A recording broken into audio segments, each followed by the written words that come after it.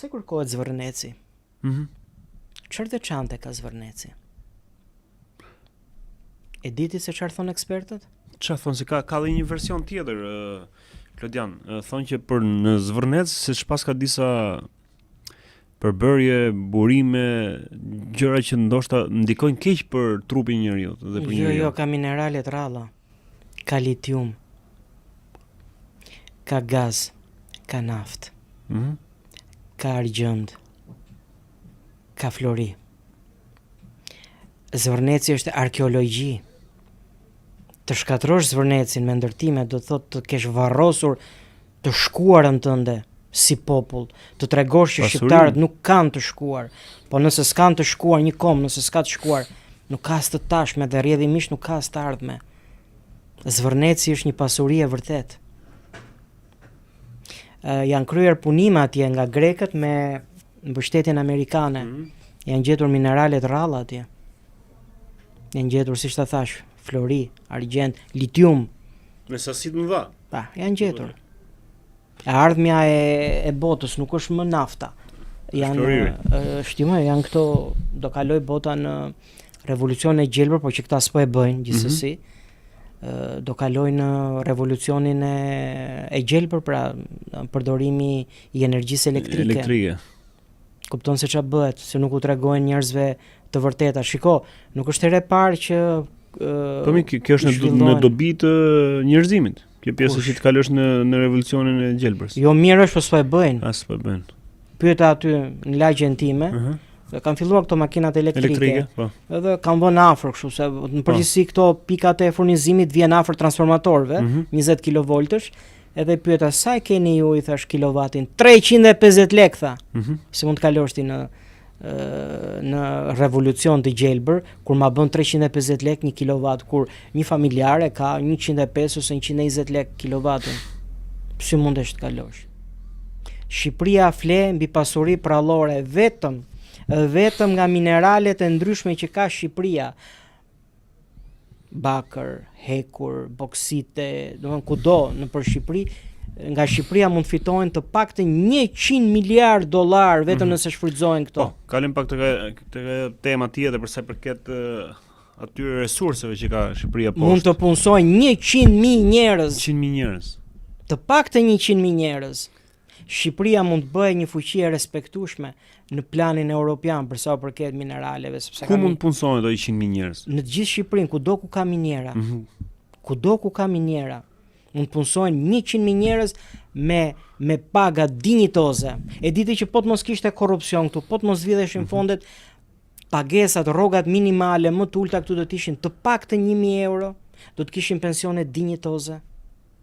E kam dëgjuar të duket si klishe, si shprehje kështu. Jo, nuk është klishe fare, sepse Shqipëria i ka mundësit për ta bërë këtë punë. E diti që ka qenë një televizion, ai ka kaluar sot në, mos t'i bëjmë reklam se duket sikur nëpërmjet se s'na paguan asnjëri për të bërë reklam.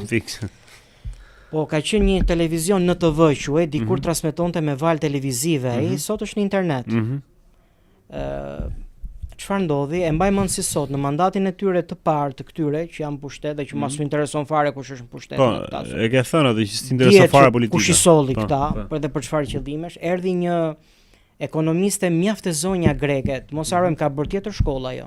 Nuk ka bërë shkollën e këtu, ka bërë shkollë perëndimore. Sa mori në dorë buxhetin e Shqipërisë, sa mori në dorë edhe, domethënë mënyra se si shpenzoheshin zërat e të ardhurave, ajo tha vetëm këtë. Po ajo intervistë u transmetua vetëm nga i televizion, me sa mbaj mend unë. Televizioni publik as begenisi t'ia transmetonte intervistën. Ato as nuk begenisën ta pritnin as politikanë të ndryshëm, as qeveria jonë. Ajo tha këtë, Shqipëria tha mund dal shumë shpejt nga skamja dhe mjerimi, tha. Po. Menjëherë, sepse është vënë me pasuri prallore. E diti që vetëm edhe flet me baza, nuk flet ekonomistë që ka studiuar pa. Ajo nuk ka studiuar në shkollat e Shqipërisë tash. Më fal, ti themi gjërat ashtu siç janë për t'u thënë. Niveli ynë arsimor ka rënë, as krahasohet me nivelin e mbarshëm të kohës komunizmit, se ishte si ishte ai sistem. Po nxirrte ekonomist. Këta nuk janë ekonomist, këta tanët. Tash ti themi gjërat ashtu siç janë për t'u thënë, jo se kam duat sistem, se atë sistem bankier dhe fuqishëm e prodhon, njeriu e tyre vun ata, sa i ustaj dy Enver Hoxha njeriu i tyre ishte. E njeriu I tyre se I dhan ata 4.5 tonar për luftën, pastaj morën 280 ose 300 tonar I morën. Po dieta I muhabet. Si nga 4.5 I morën 280 ton? Po, e sollën pushtet, ti do bësh këtë që themi ne. Prandaj u bë gjithë ajo përpjekje jashtëzakonshme që u mor floriri tregtarëve, po jo I gjithë floriri është marr. Ekzistojnë edhe të paktën 60 ton flori që është I varrosur në Shqipëri. Është e. Po, dhe është edhe çfarë zonë flitet që mund të jetë? Nuk e di, atë e din tregtarët. Dhe më vjen keq për ata që e varrosën ato depozita të mëdha me flori. Por më vjen keq për një diçka që floririn ton tashti po e marrin të huajt. Po vinë ekspedita, I din sepse nëpërmjet satelitëve teknologjia ka përparuar jashtëzakonisht shumë. Prandaj ndoshta edhe ato dy satelitët që u ngritën Albania 1, Albania 2. Po nuk I thon këta, jo, nuk I thon. Që shiten sikur u ngritën për të parë ata që vendosin zjarret, ndërkohë që zjarret vunë në Shqipëri. Ndërkohë që zjarret I vendosin vetë. Un kam video që tregojnë qartë se si ka njerëz që paguajnë për të vënë zjarre, se si vinë këta turistët hebrejnë edhe e kishin ndodhur në Kret. Kaloi një turist hebrej vuri zjarrin ai në Kret, ashtu sikurse edhe në malin e Dajtit erdhën ata vun zjarrin, se kështu I bëjnë këta. I shkretojnë zonat. Hop I blejnë. Mbas andaj I blejnë. Pra të thash Shqipëria është shitur. Tek pjesa e floririt? Pjesa e floririt është e tillë që përdoren satelitët për të piketuar, për të gjendur, për të pikasur vendet ku ka flori. Dhe po vin floririn e tregtarëve shqiptar, të atyre tregtarëve të vjetër, po e marrin të huajt. Ashtu sikurse ka edhe në një shpellë ande nga Dajti, është vendosur para se që florit mos përfundonte në duart e këtyre komunistëve që erdhën pushtet, është vendosur në një vend ande nga Dajti, po ka mina. Nuk merret dot. Që kanë rrethuar me mina qëllimisht, nuk merret dot. Që ka me rrezik, se thash po nisemi për Dajt. Shqipëria është vend I mrekullueshëm. Le të marrim edhe një sektor tjetër. Sektorin e bujqësisë. E diti sa njerëz mund të punojnë në sektorin e bujqësisë?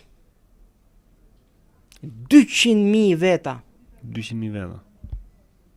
Mund të kishim, nëse do të mbillej gjithë Shqipëria, nëse do të kishte një politikë vërtet të dashur ndaj tokës, ne do kishim një ushqim shumë të lirë, super cilësor, edhe do të shitnim edhe produkte, mund të shkonin edhe në $100 milion.